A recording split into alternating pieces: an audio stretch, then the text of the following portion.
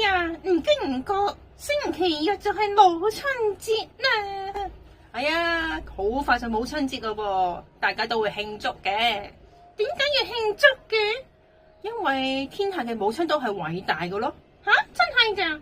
真係噶，唔信睇下以下嘅劇場啦。哪裏啊？我要食蚊蚊啊！唔制啊！好啦，我搵啲嘢俾你食啦。嗱，你食啦。你嚟噶，我唔食啊！